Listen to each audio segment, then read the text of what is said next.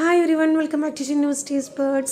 ഇന്ന് ഞാനൊരു breakfast recipe ആയിട്ടാണ് വന്നിരിക്കുന്നത്. അപ്പോൾ രാവിലെ എണീറ്റ് ബ്രേക്ക്ഫാസ്റ്റിന് എപ്പോഴും ഒരേപോലത്തെ ബ്രേക്ക്ഫാസ്റ്റിന് തയ്യാറാക്കുന്നതിനേക്കാളും നമുക്ക് വ്യത്യസ്തമായിട്ട് അതും കുറഞ്ഞ ഇൻഗ്രീഡിയൻസ് കൊണ്ട് നമുക്ക് എളുപ്പത്തിൽ തയ്യാറാക്കിയെടുക്കാവുന്ന ഒരു ബ്രേക്ക്ഫാസ്റ്റ് റെസിപ്പിയാണ്. അപ്പോൾ അതിന് വേണ്ടി ആദ്യമേ തന്നെ ഒരു ബൗളിലേക്ക് 2 കപ്പ് ഗോതമ്പ് മാവ് ചേർത്ത് കൊടുക്കാം.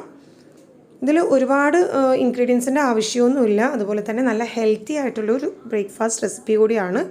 എപ്പോഴും ചപ്പാത്തിയൊക്കെ ഉണ്ടാക്കുന്നതിനേക്കാളും ഇതേപോലെ ഉണ്ടാക്കി നോക്കാവുന്നതാണ്. ഇനി അതിലേക്ക് കുറച്ച് ചെറിയ ഉള്ളി ചെറുതായി അരിഞ്ഞും കൂടി ചേർത്ത് കൊടുക്കാം. പിന്നെ ഒരു 3 പച്ചമുളക് ചെറുതായി അരിഞ്ഞത്, 1 കപ്പ് തേങ്ങ ചിരകിയത്, പിന്നെ കുറച്ച് മല്ലിയിലയും വേപ്പിലയും കൂടെ ചെറുതായി അരിഞ്ഞും കൂടി ഇതിലേക്ക് ചേർത്ത് കൊടുക്കാം. ഒരു ചെറിയ പീസ് ഇഞ്ചി പൊടിയായി അരിഞ്ഞത്. ഇഞ്ചിയൊക്കെ ഒരു ടേസ്റ്റിന് വേണ്ടി എടുത്താൽ മതി, ഒരു ചെറിയ പീസ് എടുത്താൽ മതി. പിന്നെ ആവശ്യത്തിനുള്ള ഉപ്പ് ചേർത്ത് കൊടുക്കാം. പിന്നെ ഇതിലേക്ക് ഒരു ടീസ്പൂൺ ഗരം മസാല പൊടിയും കൂടെ ചേർത്ത് ഇതൊന്ന് കുറച്ച് ആവശ്യത്തിനുള്ള വെള്ളവും കൂടെ ചേർത്ത് ഇത് നന്നായിട്ടൊന്ന് മിക്സ് ചെയ്തെടുക്കണം. അപ്പോൾ നമ്മളിവിടെ 2 കപ്പ് ഗോതമ്പ് മാവാണ് ചേർത്തിരിക്കുന്നത്. അപ്പോൾ ഒരു 2.5 കപ്പോളം വെള്ളം ഇതിലേക്ക് ചേർത്ത് കൊടുക്കാം. എന്നിട്ടിത് നന്നായിട്ട് ഇളക്കി യോജിപ്പിച്ചെടുക്കണം. കട്ട കെട്ടാതെ നന്നായിട്ടൊന്ന് മിക്സ് ചെയ്ത് കൊടുക്കുക.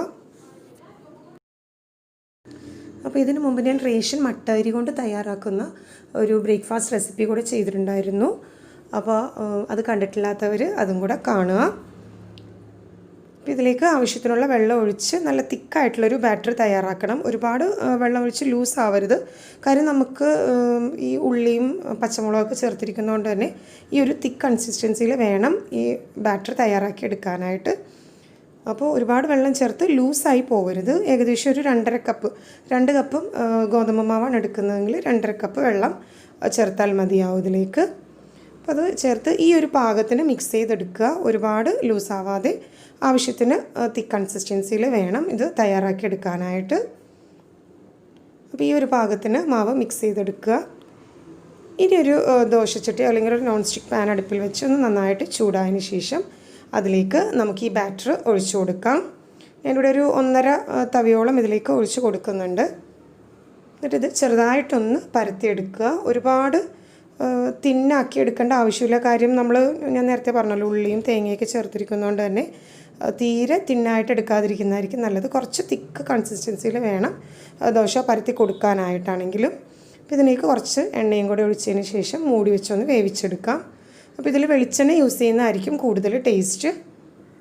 അപ്പോൾ ഒരു സൈഡ് റെഡിയായി വന്നിട്ടുണ്ട്. ഇനി ഇതൊന്ന് നമുക്ക് കുറച്ചുകൂടെ വെളിച്ചെണ്ണ ഒഴിച്ച് കൊടുത്തതിന് ശേഷം ഇതൊന്ന് മറിച്ചിട്ട് കൊടുക്കാം.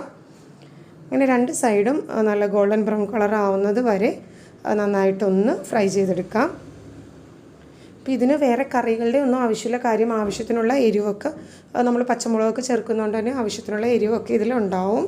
അപ്പോൾ അതുകൊണ്ട് രാവിലെ ബ്രേക്ക്ഫാസ്റ്റ് ഉണ്ടാക്കാൻ മടി പിടിച്ചിരിക്കുന്ന സമയത്തൊക്കെ ഉണ്ടാക്കാൻ പറ്റിയൊരു റെസിപ്പിയാണിത്. കുട്ടികൾക്കാണെങ്കിലും ഇങ്ങനെ ഉണ്ടാക്കി കൊടുക്കുമ്പോൾ കുട്ടികൾക്കാണെങ്കിലും ഇഷ്ടപ്പെട്ടോളും. അപ്പോൾ ഇതേപോലെ തന്നെ 2 സൈഡും നന്നായിട്ടൊന്ന് ഫ്രൈ ചെയ്തെടുക്കുക. ഇത് തയ്യാറായിട്ടുണ്ട്. ഇനി നമുക്ക് പാനിൽ നിന്ന് മാറ്റാം. എന്നിട്ട് ബാക്കിയുള്ള മാവും ഇതേപോലെ തന്നെ ചുട്ടെടുക്കാം. ഇപ്പോൾ ചൂടോടുകൂടി കഴിക്കുകയാണെങ്കിൽ ഒരു കറിയുടെയും ആവശ്യമില്ല. ഇനി അങ്ങനെ വേണമെന്നുണ്ടെങ്കിൽ കുറച്ച് സോസിൻ്റെ കൂടെ ആണെങ്കിലൊക്കെ കുട്ടികൾക്ക് കൊടുക്കാവുന്നതാണ്. അപ്പോൾ ഇതേപോലെ തന്നെ ബാക്കിയുള്ളതും കൂടെ നമുക്ക് ഇതേപോലെ തന്നെ തയ്യാറാക്കിയെടുക്കാം. അപ്പോൾ വളരെ ഈസി ആയിട്ടുള്ളൊരു റെസിപ്പിയാണിത്. നമുക്ക് 5 മിനിറ്റ് കൊണ്ട് തന്നെ തയ്യാറാക്കി എടുക്കാവുന്നതേ ഉള്ളൂ. അപ്പോൾ എല്ലാവരും ഒന്ന് ട്രൈ ചെയ്ത് നോക്കുക. ട്രൈ ചെയ്ത് നോക്കിയിട്ട് നിങ്ങളുടെ അഭിപ്രായങ്ങളും കമൻസും ഒക്കെ എനിക്കൊക്കെ താഴെ കമൻറ്റ് ബോക്സിൽ ഷെയർ ചെയ്യുക. റെസിപ്പി ഇഷ്ടമായെങ്കിൽ ലൈക്ക് ചെയ്യുക, ഷെയർ ചെയ്യുക. കൂടുതൽ വീഡിയോസിന് വേണ്ടി ചാനൽ സബ്സ്ക്രൈബ് ചെയ്യുക. Thanks for watching my channel.